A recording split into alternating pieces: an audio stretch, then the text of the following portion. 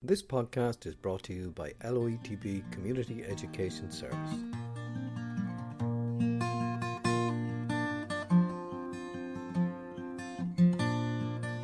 My name is Sean Craven.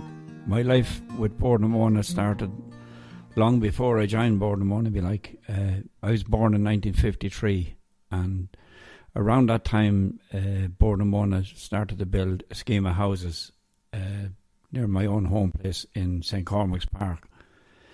And the story goes that on the morning I was born, that my mother and father opened a shop on right beside St. Cormac's Park. They probably could see the potential.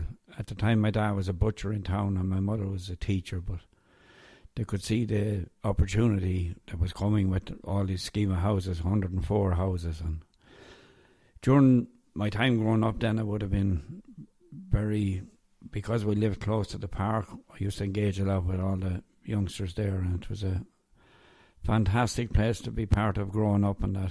Although I used to be run out of it a few times because I wasn't from the park.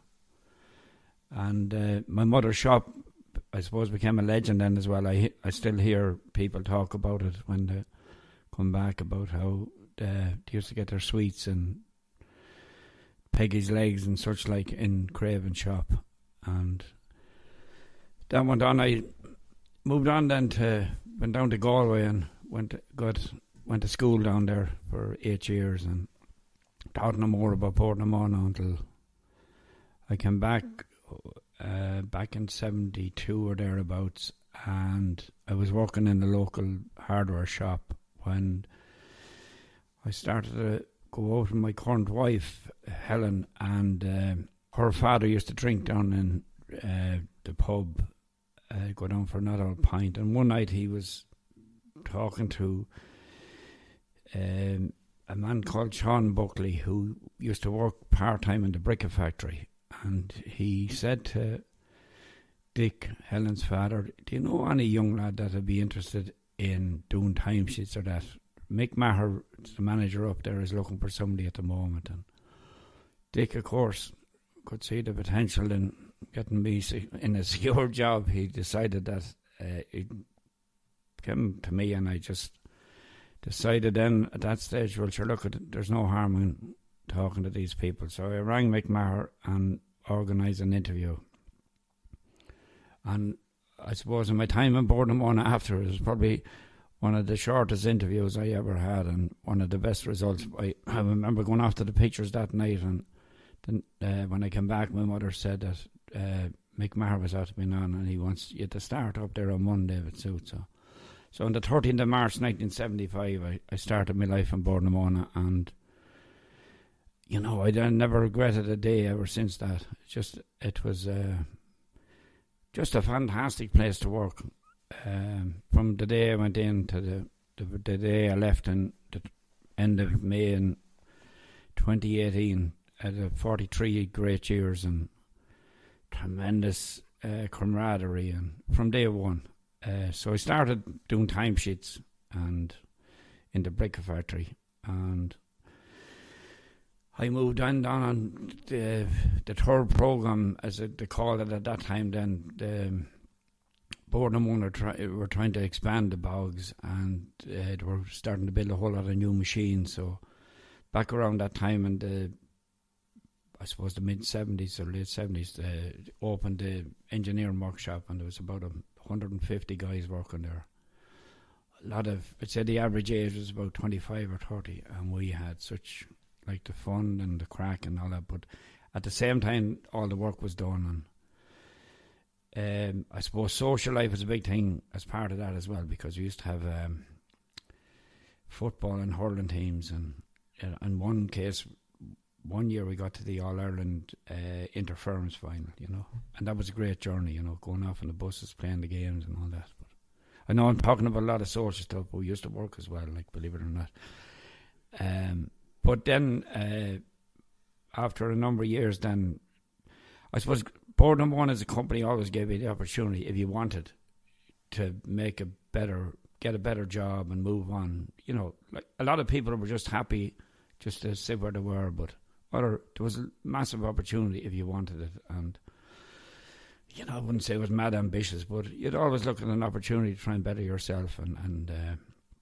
So when I got a clerical job, then I moved on. And then the engineering work started, if you like, the third program finished up and there was no need for the machine. So I moved back into Bura, into the stores there, and worked there for a number of years. My God, we had some crack there, I'll tell you. In the stores in Bura. And from that then, an opportunity came up to go into procurement back in 1990. And for, I suppose, the last 20-something years of my life in Bournemouth, that's where I spent my time at. And worked with a great team there, young people, really good experience and learning off one another. But the amount of, I suppose, when we finished up, we were buying anything from biros to tractors to building wind farms.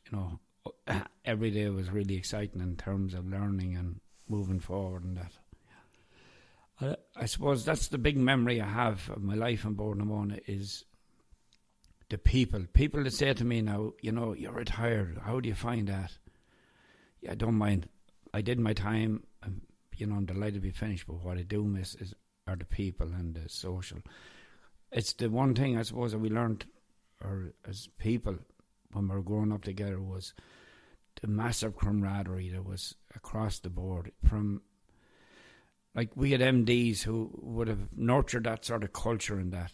Like, it's long gone, unfortunately, out of the company now, but at that time, we were always encouraged to take part in things, and we all learnt off one another. And because we lived in a small community as well, a lot of the people who lived in Kilcormac, where I live, were Bournemouth workers. You'd meet them socially as well. So, all of that would continue right from going to work to coming home and that.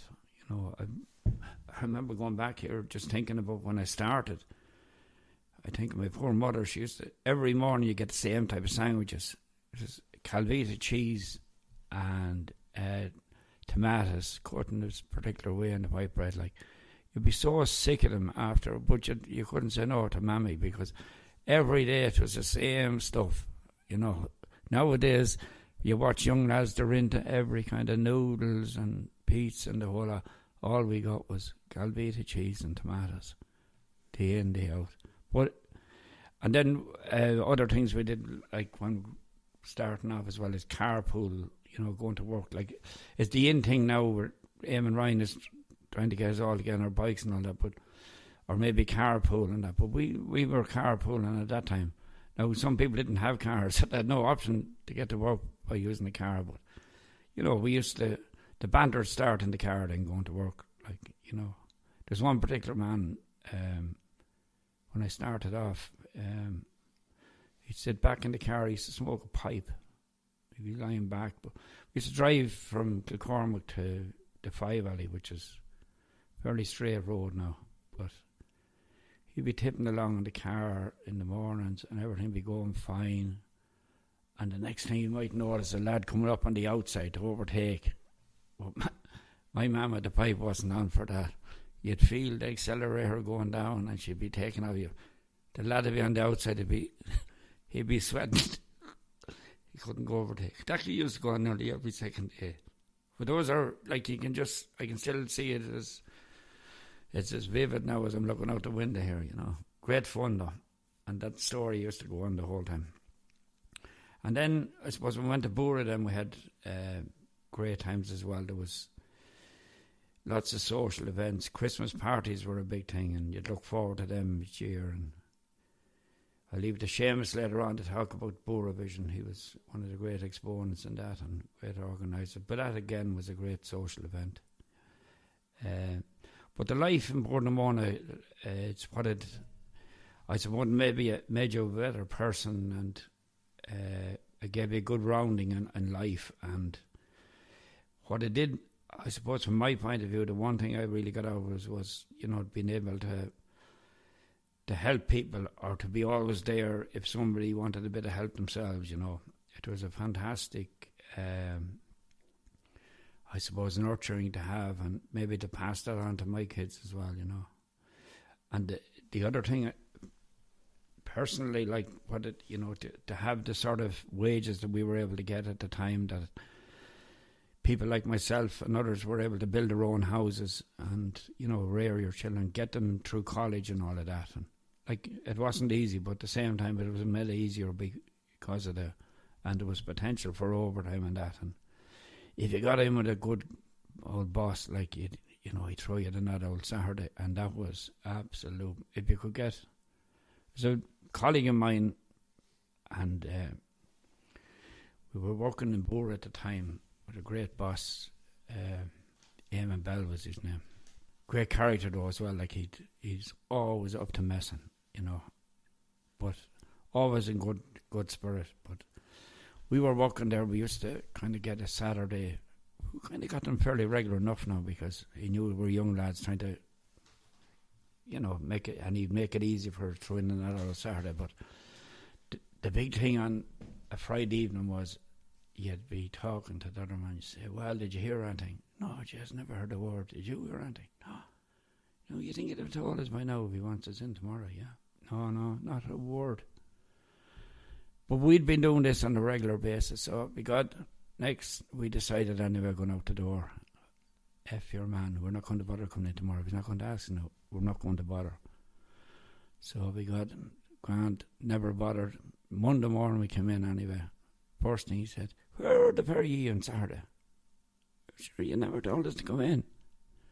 "Don't you come in every Saturday?" "Yeah, but you usually tell us to come in." We said, "Well, I'm going to tell you now." He said, "Don't ever miss a Saturday unless I tell you not to come in." He said, "You're to come in every Saturday." So it was the best thing ever happened, But those were the kind of stories and that you can kind of recall and that. And I suppose now as I retired from Borden One and we saw, say, the Lochborough parklands develop from Cutaway Bog or whatever, personally it gives me still a connection back to Borden One, and working with groups locally, then we're trying to make sure that we can make the best of what I could see as one of the great legacies of Borden One in our vicinity. There are two things, if you like, that kind of really stick in my mind about what Borden and Morna have left to Kilcormac. Is the St. Cormac's Park, which is just an unbelievable estate of people and that. And some of the people who come back to that will talk about, they don't talk about come back to Kilcormac, they come back talk about the park. So they have that sense of ownership of that. And the other thing then is Lochborough, which is about 4 kilometres away, and it's just a fantastic place to kind of chill out. But at the same time to go back and you can still visualise what the bog used to be like, and there's areas where you'd stand and you say, "My God, if you could relate half the stories or half the development that was going on in a particular area." But it's still very much alive. That's what I sense out of it anyway myself, So. But look at over it, as I say, 43 fantastic years, and met some wonderful people. And through golf, we have a golf society which I'm still part of, and it used to be where you'd have prizes for first category, second category, third category, and thrown in at the back end, then you'd have retired members prize. Now everyone is a retired member. There's very few in the other category, so but still it's great to get back and meet those people again. And that society would have covered all of the different walks as well. You just wouldn't meet lads from Bora or locally. You'd meet people from every single, and that is, I suppose, another legacy of my life at Bordemona. If I go somewhere and meet somebody from Bordemona, it doesn't matter where they worked or whatever, straight away you might as well, it's like as if you know them all your life, because everybody just gets it, if you like, So I suppose that's generally my life, or some of it anyway.